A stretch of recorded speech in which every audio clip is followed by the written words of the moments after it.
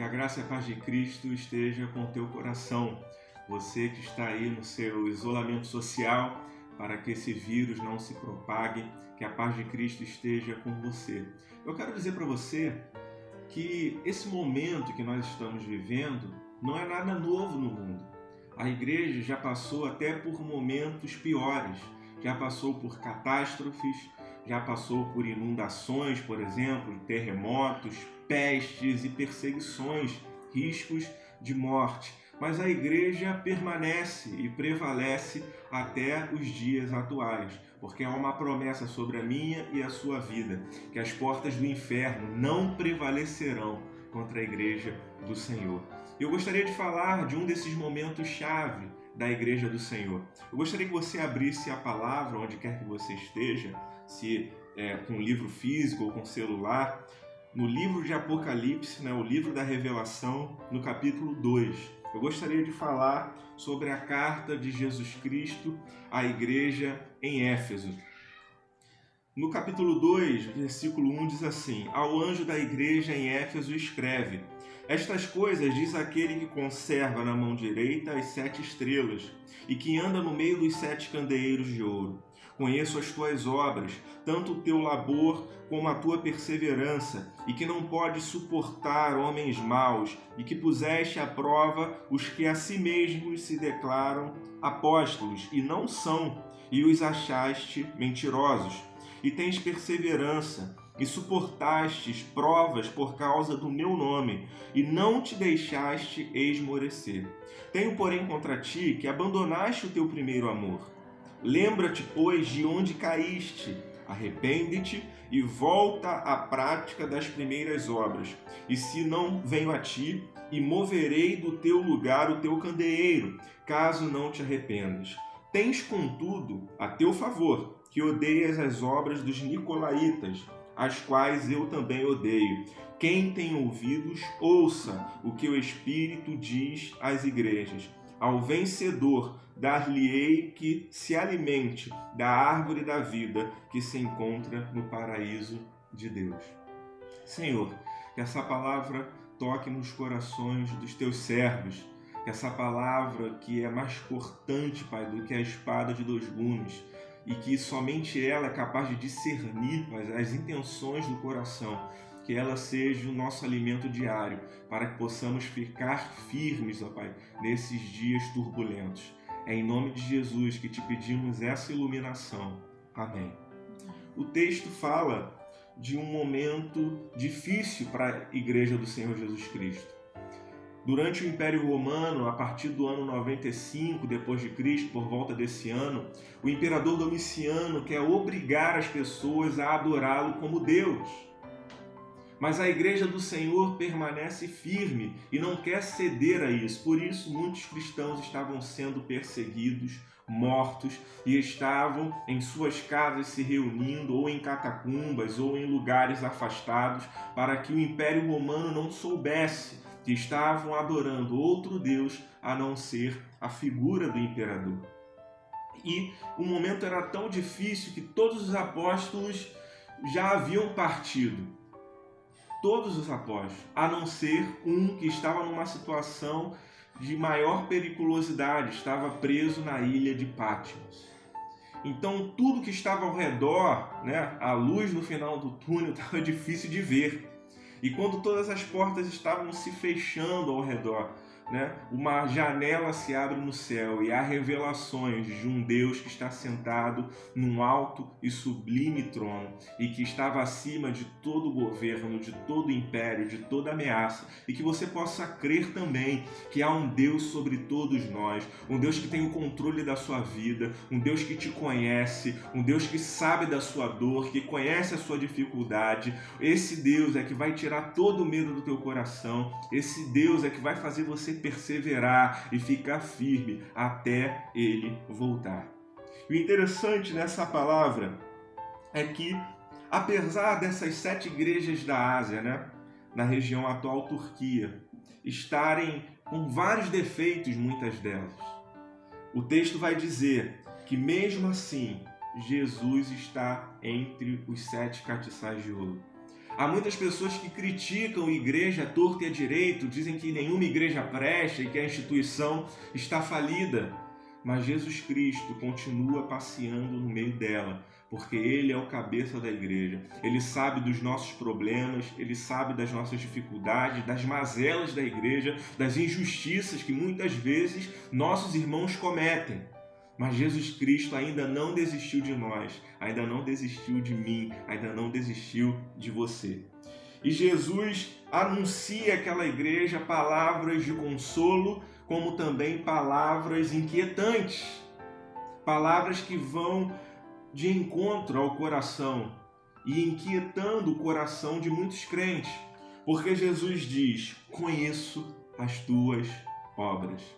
Isso pode ser ruim, pode causar medo, porque esse conhecer tuas obras, Ele sabe dos nossos caminhos, aquilo que fazemos de errado, ou seja, nada escapa daquele que tem olhos como chama de fogo. Por isso nós devemos andar com prudência, saber prudentemente como estamos andando, porque não há mais tempo de brincar com o Senhor, não há mais tempo de brincar de ser crente, não há mais tempo de deixar a obra do Senhor de lado e não seguir a Deus com fervor, porque o tempo se abrevia, Jesus Cristo está voltando e é a hora de decidir o que você quer para a sua vida, se você quer a vida eterna ou se você quer a morte eterna, se você quer viver para si mesmo ou quer viver para Jesus. Não há tempo mais de brincar de ser crente, porque Ele conhece as nossas obras. Mas apesar dele conhecer as nossas obras sobre esse viés, Ele também conhece os nossos sentimentos. Ele conhece as nossas limitações. Ele sabe o que nós temos vivido, o que nós temos suportado em nome do Evangelho, em nome da causa do Evangelho. Ele sabe quantas vezes você chora no meio da noite, preocupado com a sua família. Ele sabe como você tem chorado porque você tem se enfraquecido, há uma angústia no seu coração, mas você tem suportado isso e tem mesmo assim tentado buscar o Senhor. Ele conhece as tuas obras. E isso, apesar de ser uma inquietação, esse conhecer também é um consolo. Nós não servimos um Deus que está alheio e distante de nós, mas um Deus que nos conhece, que sabe aquilo que nós passamos. E essa igreja tem qualidades, e o Senhor conhece essas qualidades. Eles trabalham com perseverança, ou seja, eles não abandonam o trabalho. Eles suportam as falsas doutrinas, os homens maus e até aqueles que se consideram apóstolos, mas que não eram de verdade. Isso é um avivamento e um despertamento para nós hoje em dia. Muitas vezes há pessoas chamando outros aí de apóstolos, mas apóstolos são aqueles que são testemunha da ressurreição do Cristo, que foram comissionados pelo próprio Cristo. E a igreja de Éfeso resistia às falsas doutrinas, aos falsos ensinamentos, aos falsos mestres, aos falsos líderes. Eles perseveravam na doutrina dos verdadeiros apóstolos. Mas o que havia de errado com essa igreja? Ela não desistia, ela não esmorecia, ela não abandonava a fé. Mas o que havia de errado com essa igreja? O Senhor diz a essa igreja: tenho, porém, contra ti que abandonaste o primeiro amor. Isso é um aviso para a igreja odierna, para a igreja atual. Não adianta ter doutrina sem fervor no Espírito Santo. Não adianta conhecer as Escrituras, saber as línguas originais, o hebraico, o grego, conhecer as doutrinas de maneira profunda, se não há brilho no olhar, se não há paixão nas coisas que fazem. É triste muitas vezes nós estarmos em meio à celebração dos domingos, que já estamos com saudade dessas celebrações, desses cultos ao Senhor. E no momento desses cultos há pessoas que estão lá e às vezes nós olhamos o que essas pessoas estão fazendo ali. Porque não vibram com o Senhor, não há chama no olhar, não há fogo no coração. Muitas vezes estão ali por rotina, ou porque tem que ir, ou porque tem que estar, ou o que vão falar de mim se eu não for. Mas o Senhor quer que você Se desperte para a obra dele, se desperte com amor no seu coração em servi-lo de maneira espontânea, de maneira voluntária, e não somente com palavras mornas, com palavras frias, mas servir a Deus de fato. Muitas pessoas estão fazendo coisas, fazendo obras na igreja, estão no ativismo religioso, mas não há fogo no olhar por aquilo. O coração não vibra mais, os olhos não lacrimejam mais, não há despertamento, não há verdadeiro arrependimento. Irmãos, estamos vivendo os últimos dias, é hora de despertarmos do sono espiritual, da letargia espiritual, da indolência em que muitos estão vivendo nesse momento e voltar a arder a chama do primeiro amor no coração, porque senão você não vai suportar o dia mal, não vai suportar esse momento de crise, não vai permanecer firme. Mas o Senhor quer que o seu coração esteja firme diante dele, com fogo no coração. Lembra-te, pois, de onde caíste, arrepende-te e volta à prática das primeiras obras. Às vezes é necessário voltarmos ao início. Antes que seja o fim, é necessário voltarmos ao início. O que houve com você? Em que momento o teu coração parou de arder? Em que momento você se esfriou? Em que momento as coisas não fazem mais sentido algum?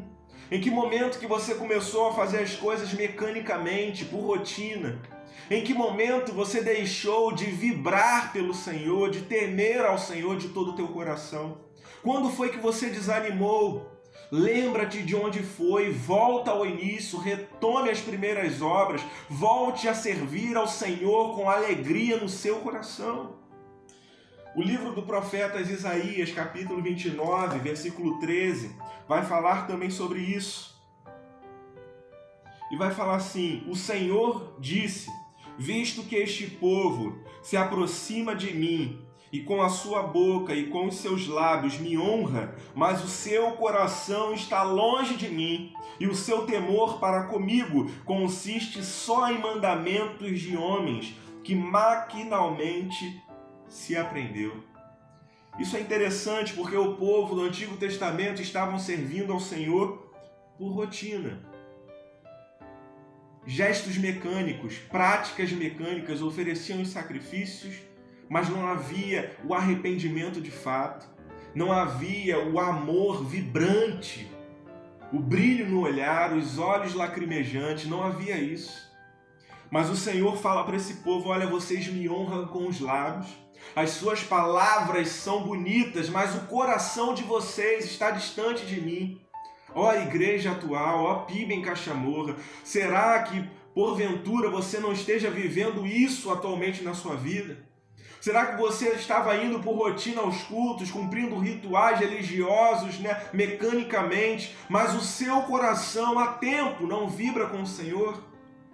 Isso é uma avaliação, irmãos, que temos de fazer sobre as nossas vidas, porque muitas vezes somos experts em avaliar os outros, mas somos míopes em avaliarmos a nós mesmos. De tempos em tempos, torna-se forçoso voltarmos ao início, antes que seja o fim. Reflita sobre a sua vida.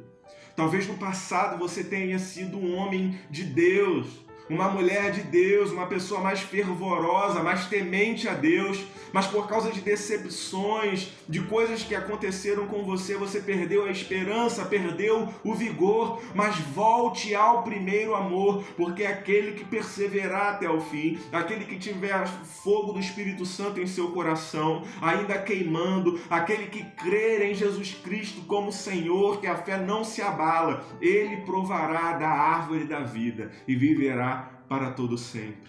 Pega essa palavra no seu coração e creia. Volte ao início antes que seja o fim.